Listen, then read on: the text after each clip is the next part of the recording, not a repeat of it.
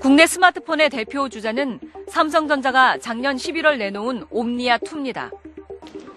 국내에선 2달도 안 돼 30만 대 이상이 팔려 같은 기간 아이폰 판매 대수와 비슷한 실적을 올렸습니다. 아이폰은 애플사가 운영하는 앱스토어라는 사이트에서만 응용 프로그램을 다운받을 수 있는데 반해 옴니아2는 인터넷 검색을 통해 어디서나 응용 프로그램을 찾을 수 있고 자신이 직접 프로그램을 만들어 사용할 수도 있습니다. 열차 시간 검색 프로그램 이런 거 같은 경우에 지금 이제 그 카페 회원들이 자기가 만든 거예요.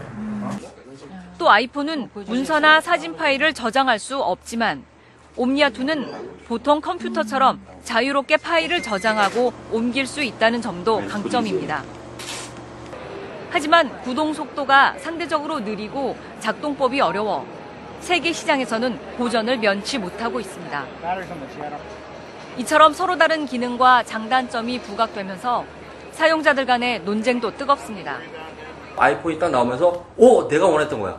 바로. 그냥 일반 라이트 유저들이 아이폰을 많이 샀습니다. 그 이유가. 쉽대. 다들 좋대. 아이폰 같은 경우에는 제한된 기능 이내에는 굉장히 편해요. 근데 어떤 특정한 기능에 가면 되질 않아요.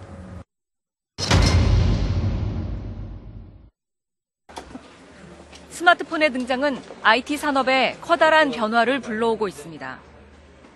포털업체 다음은 최근 전 직원에게 스마트폰을 지급했습니다.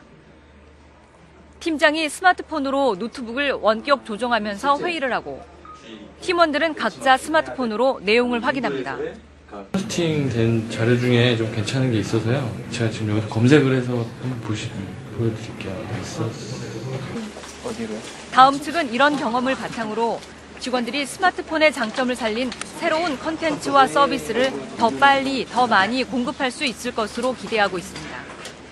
가장 먼저 1년 8개월 전부터 모바일 TFT를 조직했었고 전 직원에게 스마트폰을 과감하게 지급한 이유도 모바일에 대한 가능성을 믿기 때문이죠.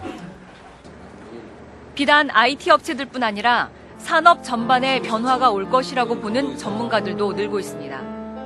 개발자 IT 종사자뿐만의 잔치는 아니라고 생각을 해요. 스마트폰에서 옷 장사가 돈을 벌 수 있다라든가 과거에 우리가 웹이 처음에 나왔을 때 그죠? 웹이 처음에 나왔을 때 누가 그런 것도 생각 안 했잖아요. 근데 그런 것들이 스마트폰으로 옮겨갈 거고요. 스마트폰은 지금까지 없었던 새로운 파생 산업의 발전 가능성도 보여주고 있습니다. 고교 2학년인 유주완군. 스마트폰에 적합한 응용 프로그램을 개발해 유명 인사가 됐습니다. 가장 가까운 버스 정류소는 어딘지, 원하는 버스가 몇 분 뒤에 도착하는지 확인할 수 있는 프로그램을 개발해 다운로드 횟수가 20만 건을 기록했습니다. 예, 6분이니까 6분 후에 62번.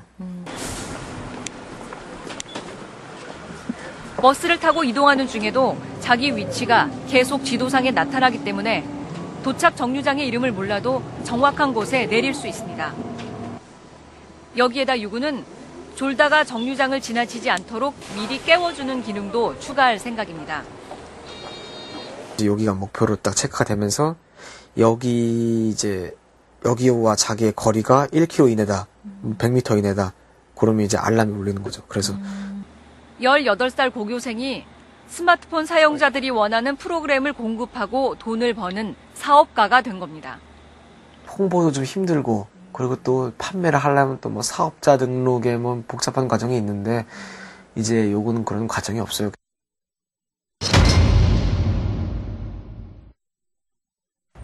그런데 IT 강국이라는 한국이 스마트폰 분야에서 한참 뒤처져 있습니다.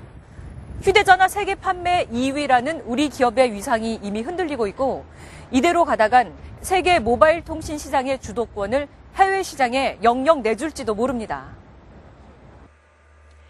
작년 3, 4분기에 조사된 세계 스마트폰 시장 점유율에서 삼성전자는 겨우 2.8%에 그쳤습니다. 스마트폰 시장의 성장 가능성을 과소평가해 기술 개발이 뒤처졌기 때문입니다. 바다란 플랫폼을 6개월 전부터 개발한 걸로 알고 있는데 그게 최소한 2, 3년만 했었더라도 상당한 기술 격차를 가지고 가지 않았을까. 스마트폰의 물결에 제대로 대응하지 못한 데는 이동통신업체에도 책임이 있다는 비난도 나왔습니다. 이동통신사가 짭짤한 수입원이었던 데이터 통신 요금제를 유지하기 위해서 인터넷 무료 사용이 가능한 아이폰의 국내 도입을 지연시켰다는 주장입니다. 자기들이 투자했던 거, 그런 거에 대한 어떤 매몰 비용이라는 게 있어요.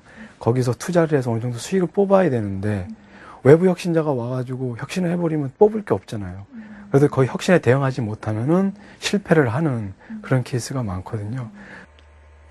SK텔레콤은 일부러 도입을 막은 게 아니라 더 경쟁력 있는 스마트폰을 선택하기 위해 잠시 유보했을 뿐이라며 조만간 스마트폰 종류를 크게 늘리겠다고 밝혔습니다. 올해는 저희들이 전체적으로 운영하는 단말기의 한 30% 가까이를, 그래서 한 15개 기종 이상을 저희들이 스마트폰으로 공급을 하려고 합니다. 이동통신 강국으로 평가받는 한국이 스마트폰의 잠재력을 깨닫고 제품 개발과 서비스 도입에 박차를 가하게 된 건 뒤늦게나마 다행스러운 일입니다. 그러나 소프트웨어 개발에 강점을 가진 해외 경쟁 기업들은 이미 저만치 앞서가고 있다는 점도 외면할 수 없는 현실입니다.